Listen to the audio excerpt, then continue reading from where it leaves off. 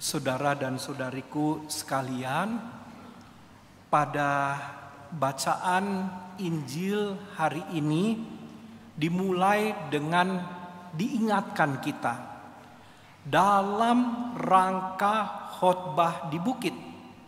Yesus mengajarkan bla bla bla bla bla bla.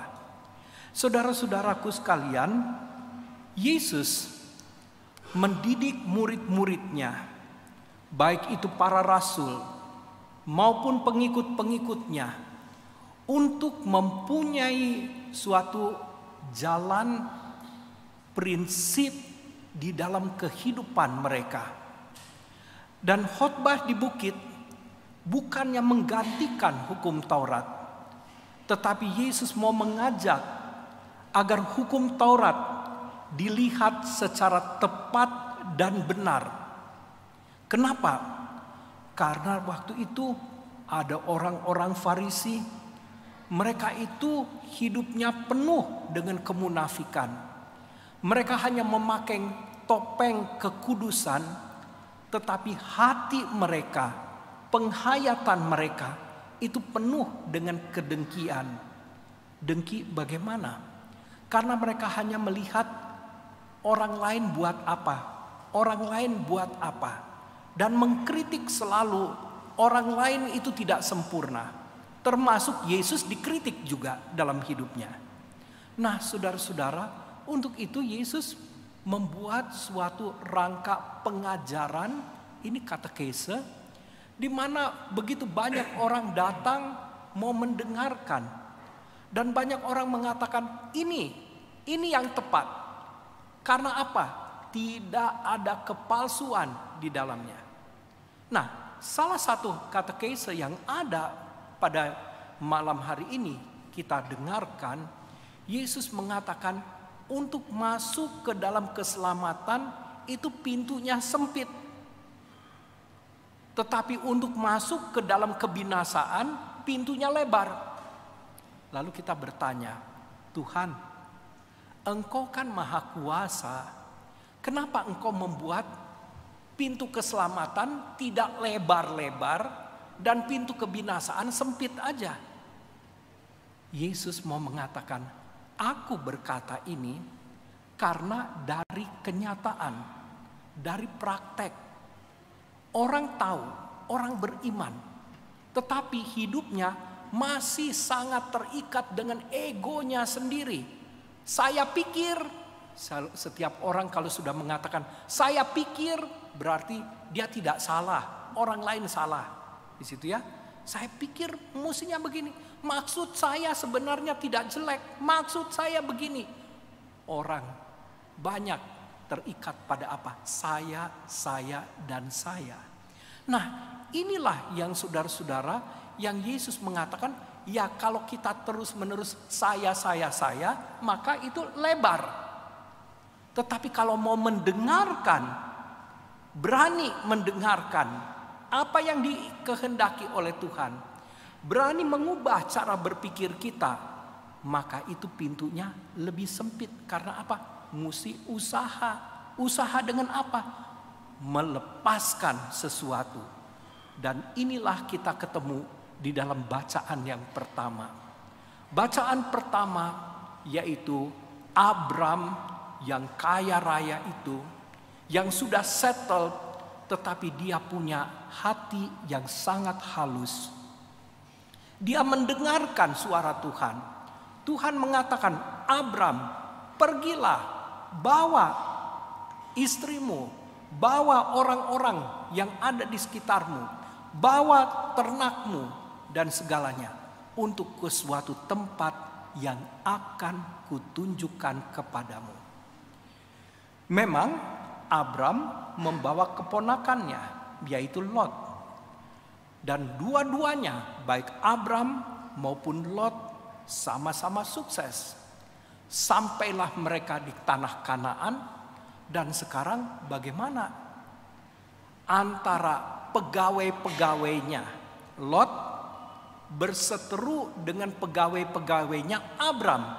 Karena apa? Berebutan sumur untuk ternak-ternak mereka. Maka kemudian kita lihat Abram yang dipanggil oleh Tuhan sudah berusia 75 tahun. Diandaikan apa?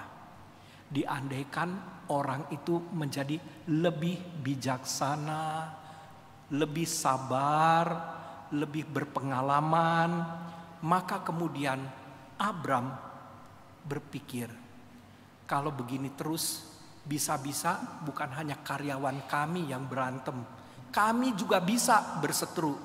Nah, lebih baik dia mengatakan kepada orang muda ini, lebih baik bukan bagaimana, kita bagi saja tempat ini.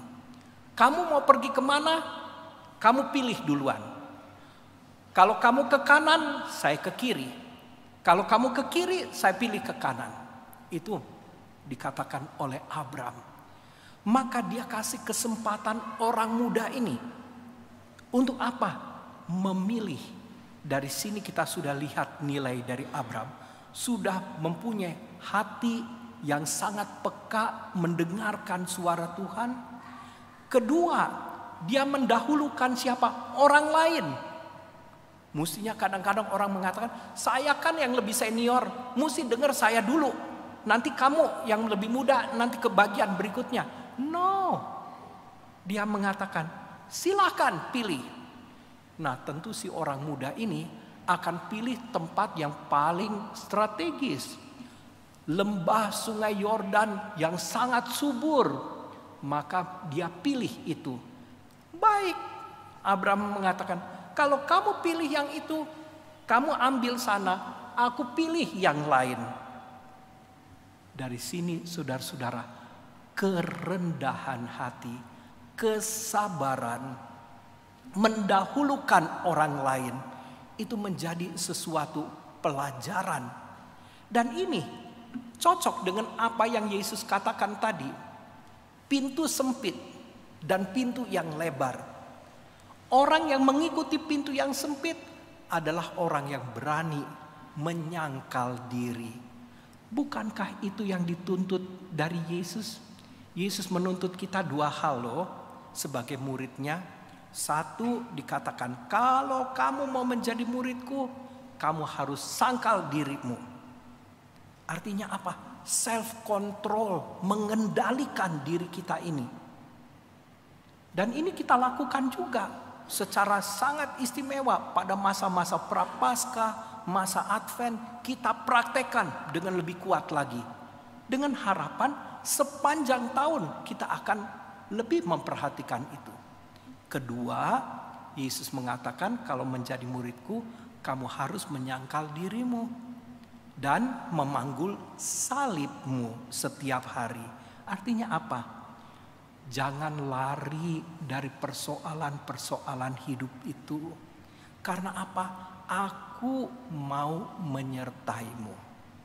Nah, kita sudah belajar dari kitab suci tentang katekese ini. Sekarang dalam rangka novena Santo Antonius. Santo Antonius ini bagaimana saudara-saudara? Santo Antonius itu tadinya adalah seorang dari Ordo Agustinus. Santo Agustinus, pengikut Santo Agustinus. Apa yang terjadi? Dia tinggal di kota Lisboa, yaitu ibu kota Portugal dewasa ini.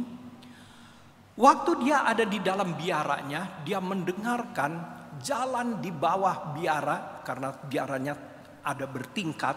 Jalan di bawah itu ramai sekali.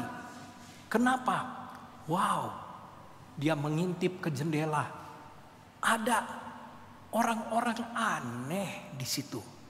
Seperti jembel-jembel, katanya dari Itali, memakai jubah para Fransiskan, jubah kasar di situ, dan lewat. Antonius melihat antusias dari rakyat itu banyak sekali.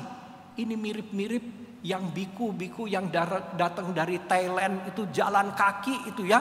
Di Indonesia tuh disambut meriah sekali kayak begitu. Orang ngikutin kemana mereka pergi di situ ya. Mereka kaki telanjang, maka diikutin di situ ya. Antonius bertanya lagi, mereka mau pergi kemana? Lalu orang mengatakan, mereka mau pergi ke pelabuhan. mau pergi menyeberang ke Maroko. Waduh, Antonius kaget. Berani dia pergi ke Maroko. Maroko itu tempat yang berbahaya sekali. Fanatik sekali orang-orang di sana. Tetapi kok orang-orang sederhana ini berani pergi ke sana? Dia terheran-heran. Mungkin dalam hatinya karena dia orang yang pinter. Ya itu orang bodoh-bodoh semua itu. Udah tahu di situ bahaya. Mau pergi ke sana. Semangat pewartaan sih semangat pewartaan. Tapi jangan berbodoh-bodoh lah kayak begitu. Jadi sudah. Mereka pergi ke pelabuhan. Bubar semuanya. Ketujuh Fransiskan ini naik kapal. Nyebrang sampai ke Maroko. Tidak lama sesudah itu beberapa bulan kemudian. Rame lagi. Dibawa biara. Ada apa? Dia lihat di situ. Oh. Nyatanya penduduk masyarakat Lisboa menyambut dengan sangat meriah apa? 7 peti jenazah. Ya ampun. Dia tanya lagi. Jenazah siapa itu yang disambut itu? Orang mengatakan itu yang para Fransiskan pergi ke Maroko itu. Semua sudah jadi martir di sana. Dan itu kemudian membuat Antonius tercengang. Dan dia mengatakan, ya jalan menuju kesucian salah satunya itu dengan menjadi martir. Maka sesudah dia disermon, dia beranikan diri kepada pemimpinnya. Dan dia mengatakan, izinkan saya ikut serta pergi membawa peti-peti jenazah itu. Dan dia pergi dan akhirnya bertemu dengan Santo Fransiskus dari Assisi. Dan dia minta dengan amat sangat, dengan segala kerendahan hati, boleh menjadi anggota Fransiskan. Dan dia memakai jubah coklat, dan dia bercita-cita, saya juga harus pergi ke Maroko. Untuk apa? Untuk menjadi martir. Dalam waktu singkat aku akan masuk surga. Itu pikirnya. Tapi jangan lupa, itu kehendak hati manusia. Kehendak Tuhan bukan seperti itu. Belum tentu cocok. Maka tadi di doa itu kita mohon kepada Tuhan agar apa yang kita mohonkan semoga dikabulkan sesuai dengan kehendak Tuhan. Maka dia menjadi Fransiskan dan dia minta kepada Fransiskus, izinkan saya juga diutus pergi ke Maroko agar aku bisa menjadi martir di sana. Fransiskus melihat kesungguhan hati dari Antonius. Maka Fransiskus mengatakan, silahkan. Dengan semangat Antonius pergi untuk misi ke Maroko. Tapi apa yang terjadi? Baru naik kapal, kapalnya oleng, dia sudah oek-oek. Mabok laut di situ, ya. Kapal baru berangkat, dia sudah setengah mati, maboknya luar biasa. Jadi saudara-saudara, ada santo juga yang mabok di jalan, ya. Jadi jangan membayangkan semua santo perkasa di situ. Ini baru naik kapal, kapalnya oleng-oleng, dia sudah mabok di situ. Dan dia mabok begitu hebat sampai akhirnya ketika kapal itu singgah di satu pulau kecil, maka Antonius diturunkan di situ. Kenapa? Daripada dia mati di jalan di situ ya, lebih baik dia diturunkan. Karena mungkin dia vertigo atau apa dan sudah mabok luar biasa. Akhirnya kapten kapal bilang, ini penumpang satu turunin aja di situ. Jadi akhirnya Antonius tidak jadi pergi ke Maroko dan pulang kembali dan dia diam. Dia diam di situ. Di dalam biara dikasih pekerjaan apapun oke. Dia minta izin kepada Fransiskus, izinkan saya untuk mengajar frater-frater ini supaya mereka tahu kitab suci dan teologi. Antonius sangat terpelajar. Fransiskus berkata kepada Antonius, silakan, tapi ingat, kamu boleh mengajar mereka, tetapi jangan memadamkan semangat doa mereka. Dan inilah Antonius menjadi sadar. Dia menjadi santo bukan karena menjadi martir, tetapi dia menjadi santo dengan merendahkan diri, berani menukar apa yang menjadi pikirannya dengan rencana Allah. Dengan tersembunyi dia ada di dalam biara, mengajar, itulah tugasnya. Berdoa, berpuasa, sampai pada suatu ketika ada satu acara di mana sang pemimpin biara yang harus berkhotbah pada kesempatan, yaitu kesempatan masa prapaskah. Biasanya ada khotbah-khotbah sekitar hari Jumat untuk menyadarkan, mempersiapkan umat untuk masuk ke dalam pekan suci. Apa yang terjadi? Sang pemimpin biara sakit keras dan tidak ada orang lain. Jadi Antonius diminta, Antonius ganti untuk berkhotbah. Dan akhirnya Antonius mulai naik ke mimbar. Dan dia mulai berkhotbah. Dan semua tercengang mendengar khotbahnya. Wow, nyatanya dia yang tersembunyi di dalam biara. Dia memberikan renungan begitu hebatnya sehingga hampir seluruh orang yang ada yang mendengarkannya menangis terseduh-seduh dan minta pengampunan dosa. Coba di sini. Itulah yang akhirnya dia menjadi seorang pengkhotbah ulung. Lihat saudara-saudara berapa poin yang kita dapat di sini, yaitu kerendahan hati dan membuka diri kepada rencana Allah. Bukan artinya manusia ini tidak boleh punya rencana. Boleh saudara-saudara. Tetapi menomorsatukan rencana Allah di dalam kehidupan kita.